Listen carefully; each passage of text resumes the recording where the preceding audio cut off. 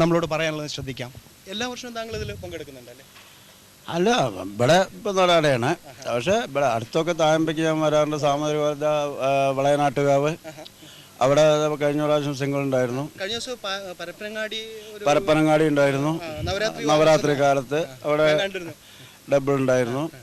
പിന്നെ അപ്പോൾ തളിയിൽ എല്ലാ കൊല്ലവും വരാറുണ്ട്.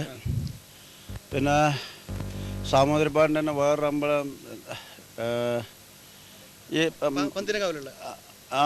ഈ മാങ്കാവിൻ്റെ അപ്പുറത്ത് തന്നെ ഒരു തൃശാല ഭഗവതി ക്ഷേത്രത്തിൽ ഇതേക്കുറി നവരാത്രി വൃക്ഷമാസത്തിൽ അത് ഈ വൃക്ഷമാസത്തിൽ അവിടെ താഴമ്പി ഉണ്ടായിരുന്നു. അത് അടുത്തൊക്കെ പിന്നെ കൊയിലാണ്ടി അതേപോലെ ഇനിയിപ്പോൾ കൊടകര വടകര ഒരു താഴമ്പയുണ്ട്. എന്താ സ്ഥലത്ത് പേര്?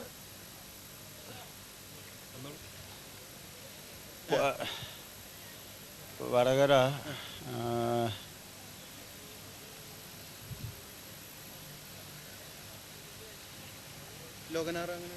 ലോകനാർക്കാവില്ല, അത് കൂടാണ്ട് അവിടെ തന്നെ അടുത്തൊരു ഇതിൽ തന്നെ പറഞ്ഞിട്ടുണ്ട്. അല്ല, സിംഗിൾ ആണ്. ഈ ഇരട്ട തായമ്പകയായിട്ടുള്ള വ്യത്യാസം എന്താണ്? വ്യത്യാസം രണ്ടാളും കൂടി കൂട്ടുന്ന ഒരു ഇതാണ്, അന്യോന്യം അങ്ങോട്ടും കൂടെ അത് മറ്റൊരുത്തം ചെയ്തത് നാളെ ചെയ്യുക, അതെ ആവർത്തനം അത്ര. പ്രത്യേക ഒരു ശൈലി എന്താണ് ശൈലി? ശൈലി എന്ന് പറഞ്ഞപ്പോൾ ഞാൻ എൻ്റെ തനതായിട്ടുള്ളൊരു ശൈലി ഉണ്ടാക്കി കൊണ്ടുവരികയാണ്. അടന്തക്കൂറിൽ സ്വന്തം മനോധർമ്മങ്ങൾ ഉപയോഗിച്ച് പിന്നെ തായമ്പക എന്ന് പറയുമ്പോൾ മനോധർമ്മങ്ങൾക്ക് അതെ, അത് തായമ്പകളുടെ രത്നച്ചുരുക്കം പറയുകയാണെന്നുണ്ടെങ്കിൽ പതികാലം, കൂറ്, ഇടനില, ഇരികട, അങ്ങനെ 4 കാലമാണ്. അതിൽ പതികാലത്തിൽ 3 ഘട്ടമുണ്ട്. മുഖം, നില, 4 ഇരട്ടി, അങ്ങനെ 3 ഘട്ടമുണ്ട് പതികാലത്തിൽ തന്നെ. അപ്പോൾ ഈ നിലയിലേക്ക് കടന്നു കഴിഞ്ഞാൽ പിന്നെ കുറച്ച് മനോധർമ്മങ്ങളൊക്കെ ഉപയോഗിച്ച് കഴിഞ്ഞതിൻ്റെ ശേഷങ്ങളാണ് എണ്ണം കൂട്ടാൻ തുടങ്ങുന്നത്.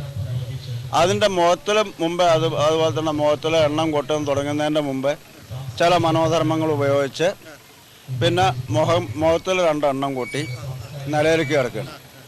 അത് കണക്ക് പറയുകയാണെന്ന് താളം പിടിക്കൽ 8 അക്ഷരത്തിലും, മുഖം 16 അക്ഷരം, നിലയിലേക്ക് കയറുന്ന 32 അക്ഷരം, 4 ഇരട്ടി എന്ന് പറഞ്ഞ 64 അക്ഷരം. മേളത്തിനെ പോലെ പഞ്ചാരി ആണെങ്കിലും ഒന്നാം കാലം, രണ്ടാം കാലം, അതെ അങ്ങനെ 4 കാലം, അതെ അങ്ങനെ 4 തായമ്പയിലും ഉണ്ട്, എല്ലാറ്റിലും ഉണ്ട്.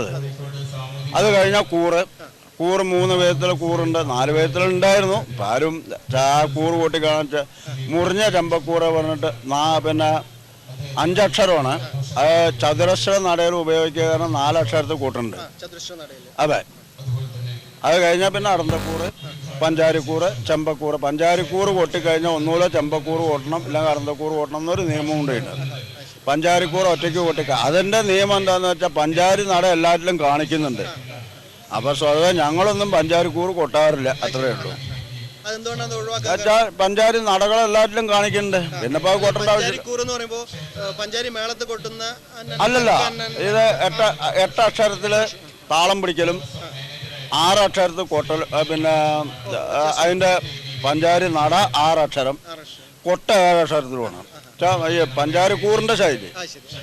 മേളം വരുമ്പോൾ അത് 6 അക്ഷരത്തിൽ തന്നെ വരിക. പഞ്ചാരി മേളം അവസാനം 5-ാം കാലം 6 അക്ഷരം.